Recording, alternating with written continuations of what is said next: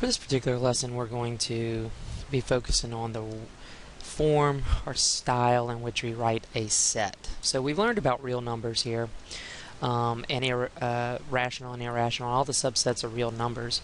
And whenever you get a grouping of numbers or solutions for equations, sometimes you can write them as a set of numbers. And we said earlier a set of numbers can be written with little brackets. Well, there's a number of ways for us to represent the set of numbers or the perceived solutions of an equation or an inequality. So we're just going to briefly go through the formation of this, and so that whenever you see it again in future math classes, you will recognize it and you'll understand what it's referencing and the style and the form that it should be written in. So we're going to start with set builder notation. And so set builder notation is just a simple, convenient way to write a set of numbers. Now, we saw in the first lesson where we said the set of real numbers was comprised of certain grouping of numbers. And so we have an example here with a number line. We have basic inequality, and so this inequality is basically represented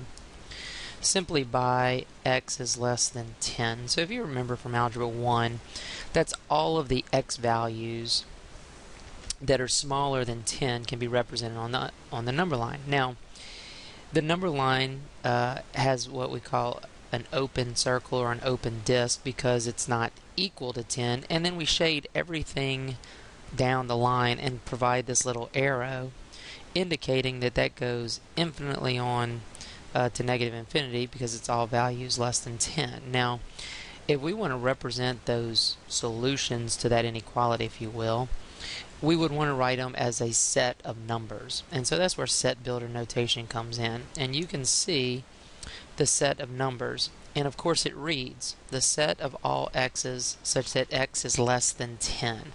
And so you can see the representation of the inequality on the number line, and then you can see what all of the solution set would be for all of the numbers there. So this is just a convenient way to write a set of numbers. Now, if we move down, we can talk about interval notation, and this is another way to describe a set of numbers that we would provide on a graph, maybe an inequality, maybe not, maybe a range of numbers, maybe just a single number on a number line. And so we do this with a bracketing system, and you can see very clearly that when it's closed bracket, we're going to use, or when the circle is closed, we're going to use a bracketing formation, and then when it's an open circle or an open disk, we use kind of a parentheses, and you can see how the interval notation matches up with the set notation and the graph and the type. Now, one of the things that I want to do is show you another method, so if you see this, you'll recognize it. So for instance, if I just have a simple inequality and I use closed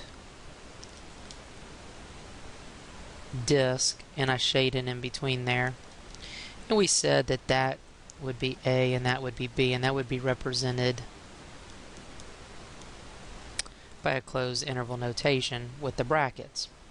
Sometimes you will see that graphed instead of with a closed disk. What you'll see is you'll actually see the brackets that are used in the interval notation also used on the number line. So keep in mind that the brackets that are being used could also be used on the number line as opposed to a closed disk or a closed circle, as you may have heard it called. Now, same thing is true with open circles. So if I did the same thing, created an A and B, and I did an open circle or an open disk, and I shaded everything in between, that would be an A and B with parentheses. Well, that can also be represented on the number line simply with the same sort of parentheses that are used in the interval notation